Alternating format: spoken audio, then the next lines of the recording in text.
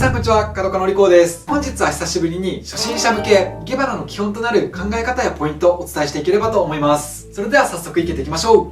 はい、ということで今日はお伝えするポイントたくさんあるので、いつもの花材紹介は割愛していくんですけど、生けてる途中にお花を選ぶポイントなんかも皆さんにご紹介していければと思っております。今日の動画見れば初心者の方でも絶対綺麗なお花生けられますので、ぜひぜひ参考にしていただければなと。そして本日の器がこちら、うちの家元が作ったオリーブ焼きという陶器のお皿ですね。まあ水を張れれば何でも器になるので、皆さんもご自宅にある器でぜひ生けていただければなと。で、普段ですといろんな花留めのテクニックご紹介してるんですけど、今日はシンプルにこちら剣山を使っていきたいと思います。この剣山というのは昔はホームセンターとかでよく売ってたそうなんですけど、最近はどうも見かけないみたいでして、ただ Amazon とかで調べると1個1000円とか2000円ぐらいで売ってまして、1回買うと半永久的に使えますし、お花を生けるのが一気に簡単になりますし、あとは生け花やってる感出るので、こちらもまだ持ってないよという方はこの動画見終わった後にぜひ1個購入を検討してみてください。そしてこのチャンネルではいろんなお花の生け方をご紹介していますので、まだチャンネル登録がお済みでない方はこの機会にポチッとよろしくお願いいたします。よし、そしたら早速生けていきたいと思います。で、今日は2パターン2作生けていこうと思ってまして、まず1作目がこちら、ソケイとバラを使っていこうかなと思うんですけど、皆さんはこちらのソケイとこっちのバラ、今回のお花ですとどっちが主役になると思いますかね。これ私の教室に来る初心者の方もこの質問すると結構間違えるんですけど、答えから言うと今日はこちらのソケイが主役にあたります。これなぜかというと、実は生け花にはいろんな生け方がありまして、一言で生け花といっても、例えばこういった伝統的な形を持ったお花だったり、今の時代空間に合うようなモダンでアーティスティックなお花、うちでは現代花なんて指導しているんですけど、そんなお花だったり、あとはこちらが皆さん生け花といって一番イメージ湧きやすいんじゃないかなと思うんですけど、お皿や花瓶に植物本来の美しさをそのまんま生ける、いわゆる森花や陛下なんて言われてるんですけど、そういったいろんな生け花があるんですね。で、今日生けるのはまさに自然の姿をそのままこのお皿に生けていく森花にあたるんですけど、その場合ですと自然界ではどっちの方が高い位置にあるかなというところで見ていくと、こちらのソケイはいわゆる枝物と呼ばれていまして、桜とか桃とか、要するに枝にあたる植物になるわけです。で、こちらのバラは花ですね。生け花では草物なんて言うんですけど、自然界では桜とか枝物が高い位置にあって、チューリップとかバラとかそういったお花は低い位置に咲いている。例外ももちろんあるんですけど、桜の枝とチューリップがこう並んで生えてたらおかしいですよね。そういったところで一つ目のポイント、主役と脇役をはっきりさせると綺麗なお花が出来上がります。ですので初心者の方でよく見受けられるのが、バラもこんだけやっぱ長いので短く切るのがかわいそうっていうところで、こんな感じで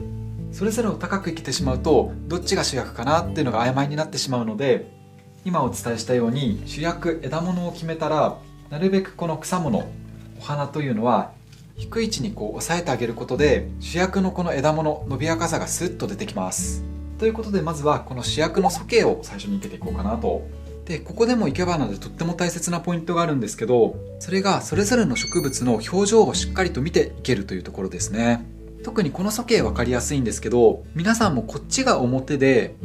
こっちが裏っ側っていうのは分かりますよね。で、今お伝えしたように森花というのは自然の情景を生けていくので、葉っぱの裏がこうやって上を向いて生えているとおかしいですよね。また葉裏がこう正面にベタっと向いていたり、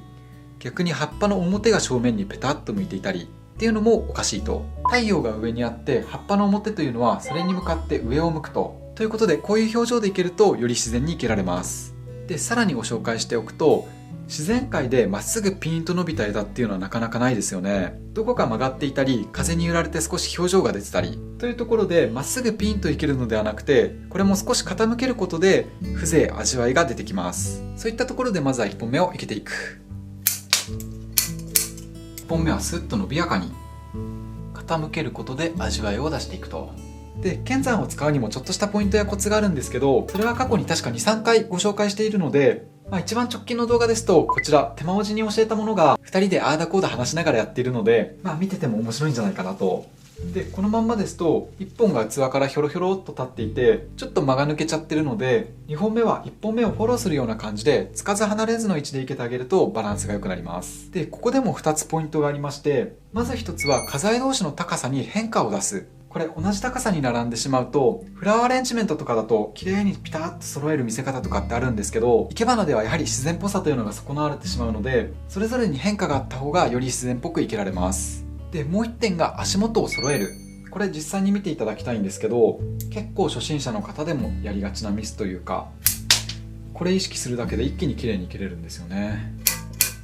で、足元を揃えるっていうところなんですけど、剣山に刺す位置2本が離れていると、作品が出来上がった時にすごくばらけた印象のお花になってしまうんですね。それが足元を一点にキュッと引き締めることで、下の部分締まった中でふわっと柔らかい雰囲気のお花が出来上がります。ということで2本目はそこを意識して生けていく。こんな感じ。これで今足元1点から2本がスッと伸びやかに見えてるかと思います。そしたらこれで主役、ベースが出来上がったので、次に脇役のバラを生けていく。で、これは先ほどお伝えしたように、今主役、枝物が伸びやかに入ってるので、その高さと同じような高さで生けてしまうと、ちょっとどれが主役かなっていうのが曖昧になってしまうというところで、今生けた鼠径よりは少し高さを抑えることで、この主役を引き立ててあげると。で、今日はバラを2輪下に生けようかなと思ってるんですけど、下に生けるお花が窮屈だと、塊としてボテッと下が重たく見えてしまうんですね。ですのでこちらもある程度高さに変化があると良くて、そういったところも加味すると、3輪だともう気持ち高い方が、後の2輪も長短変化つけながら入りますし、2本ですとこの高さだと逆にバラ同士に間合いが空きすぎてしまうので、その場合は少し下げた方が引き締まるのかなと。ここはあくまでバランスになるんですよね。もう生け花は本当にバランスの一言につきまして、器と花材とのバランスだったり、お花同士のバランス、そんなところがとっても大切になってくるので、生け花やってると本当にバランス感覚身につきますね。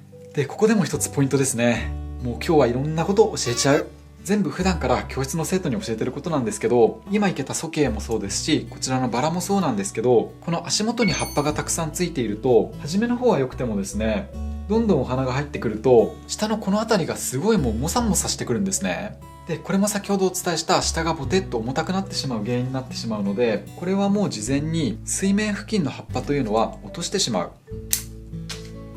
こんな感じでツルツルでちょっと心配になるかもしれないんですけど、2本目のバラもこの辺りに来て、でそのバラも葉っぱがついてるので、このツルツルしてる部分はそれでカバーできちゃうんですね。ですのでもちろん見えてる部分は葉っぱがついてる方がバラらしいんですけど、他のお花で隠れる部分に関しては綺麗に取ってあげた方が下がもっさりしないですっきりと生けられると。ということでこれで1本目のバラを生けていく。これも一見あまり変化がないように見えて、実はこの花首の部分が少し曲がってるので、どういう表情角度でいけるといいかなというところで探りながらいけていくと。この植物と向き合ってる時間というのが私は生け花でとっても大切な時間だと思ってまして、例えばフラワーアレンジメントとかですと、こういった一本一本の曲がりというのはあまり気にせず、もう綺麗な部分花首だけを抽出して、それこそこう豪華に華やかにいけていくと思うんですけど、生け花では先ほどの葉っぱの裏表の表情だったり、一本一本の茎の曲がり、あとは葉っぱのつき方、そういったものは人間と一緒で一本一本違うので、それが個性になってくると。で、その一人一人の個性を大切にしながらまとめ上げていくという過程が生け花の難しくも面白いポイントであり、とっても大切なことだなと思っております。ということで1本目こんな感じで入ったんですけど、まだこの辺りスカスカしてますよね。で、これも初心者でよく見られるポイントなんですけど、バラも高さに変化を出すんだというところで、1本目より高い位置にこうやっていけてしまうと、これまだ一応主役よりは低いんですけど、2本だけの場合、やはり今お伝えしたようにこの辺がちょっと間が抜けてしまうんですね。なので2本目高さをつける際はこれより上ではなくて、今のここの空いた空間、そこをこの花で引き締めるようにこんな感じでいけてあげると、下のスカスカした感じがグッと引き締まります。これも実際に見てもらうとわかるんじゃないかな。なので2本目はかなり短くですね、口元付近にいけていく。こんな感じかな。細かいところは後で正面から見ていきたいんですけど、こうするとこの水がすっきり見えますかね。これでいかがですかね。先ほどまで下スカスカしたのがクッと引き締まったのが見て取れたんじゃないかな。で、さらに言うとここでもポイントがありまして、バラ生ける際に高さが並ぶとあんまり良くないですよっていうお話をしたんですけど、こんな感じでバラの位置がですね、こう縦に並んじゃったりしてもあんまり美しくないんですね。これもフラワーデザインとか、あとは最初にご紹介した造形的な現代化でしたら、花を縦にピシッと綺麗に並べるとかっていう手法はあるんですけど、自然っぽさを出す場合はやはり少し角度とかこういった花の位置というのは変化をつけてあげると、より自然っぽく見えるんじゃないかなと。で、もうこれでもシンプルに飾れるんですけど、まだちょっとこの辺寂しいなという場合は、今落としたこちらのバラの茎、これ葉っぱたくさんついてますよね。なのでこういったものを後から足してあげるんですね。なんかいい場所を1枚選んで、これがちょっと上向いてていいですね。そしたらこの生えてるここの生え際の部分で綺麗に落としてあげると、そうするとこんな感じで1枚の葉っぱとして使えます。こういったもので寂しい空間を少しフォローしてあげると、より中心部分がふわっと華やかにまとまります。こんな感じで入れてあげると、画面越しだとちょっと分かりづらいんですけど、奥行きとしても入ってくれます。で、これで完成でもいいんですけど、最後にもう一本ソケ短くしてちょっと口元に入るとバラとより混ざり合って一気に一体感出てくると思うので、これもちょっと見ててくださいね。この先端の綺麗なところを使っていくんですけど、ちょっと短くして、で最初にお伝えしたように下についてる葉っぱというのはもうバラが入っていて隠れるので、この辺は綺麗に落とす。ほんでこれをこの辺りに生けていくと、ソケイとバラがより全体的にこう混ざり合ってきて綺麗に映るんじゃないかな。こんな感じかな。よし、これで初心者の方でも本当に簡単に生けられるちょっとしたお花1作目が出来上がりました。はい、いかがだったでしょうか。こうやってね、少ない本数でこれだけの空間占めれるというのは、やっぱこういった間合いや表情を生かした生け花の特徴、魅力の一つなんじゃないかな。で、2作目がですね、ちょっと花材選びのポイントなんかもご紹介していければなと思ってまして、ベースは1作目と同じになるんですけど、花の特徴が違ってくると、またちょっと生け方というか、ポイントが変わってきますよというところで、お伝えしていければなと。ということで、まず入ってるお花は抜いてしまう。せっかく綺麗に入ってたのにもったいないですね。で、2本のバランスはもうこんな感じでいこうかな。で、今日お花普段生けてるものなのでご紹介は割愛したんですけど、こちらの主役となっている枝物ソケイについてせっかくなのでちょっと補足しようかなと。今回生けたこのソケイというのは別名ジャスミンと呼ばれてまして、要するに皆さんがよく見かけるこちらジャスミンティーのジャスミンになります。今日これご紹介しようと思って買ったんですけど、前半すっかり忘れてた。いい香りですね。で、ジャスミンティーのこの爽やかな香り、風味付けというのはこのソケイ、ジャスミンのお花から来てるんです。ソケイというのは漢字でこのように書くんですけど、この難しいケという漢字が香るという意味を持ってるくらい、やはりお花はとってもいい香りがすると。で、花が咲いてるソケイ何回も生けたことあるんですけど、一般的には花の色というのは白色らしくて、こういった私が生けた黄色い花を咲かすソケイは黄ソケイなんて言われるんですって。また花の形も一重咲きが一般的であるそうなんですけど、今日買ったこちらのジャスミンティー、ここに描かれているソケイは花が複装した八重咲きにあたりますね。バラのような姿を彷彿とさせます。実際に八重咲きのソケイというのは私もまだ見たことないんですけど、で、このジャスミンティーというのは茶葉からお茶を抽出した後に、そのお茶にこのジャスミンの花、ソケイの花で香り付けをしたものになるそうです。ここにも書いてありますね。華やぐ香り、花 1.5 倍、本物って心地いい。心地いい。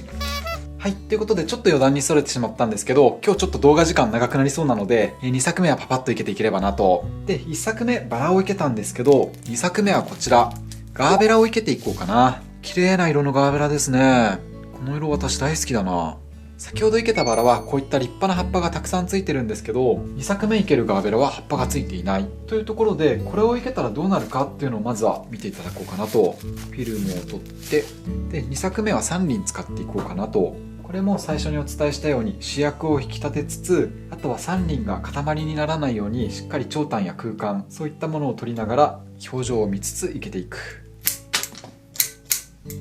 まず1本目は少し高い位置に、そして2本目はこの1本目より少し低い位置にいけていく。こんな感じかな。ちょっと2本目もうちょい長くてもよかったかな。3本目がこんな感じでより短くなっちゃうんでね、長短つけると。まあ長いの1本あるんで入れ替えるって手はあるんですけど、とりあえずこのまんまいくか。そしたら3本目は一番短い位置でいけていく。で、これも1作目同様、縦にこう2本並んだり、高さが並んだりしないように少し変化をつけながらいけるといいですかね。で、2輪の場合は先ほどはまあバランス見ながらいけたんですけど、3本の場合の一つの考え方として、よく生け花で言われるのが、こんな感じで3輪をつなげた時に三角形、特に一つとして同じ長さのない不等辺三角形を作ると美しいと言われています。まあこんな感じでガーベラ3輪が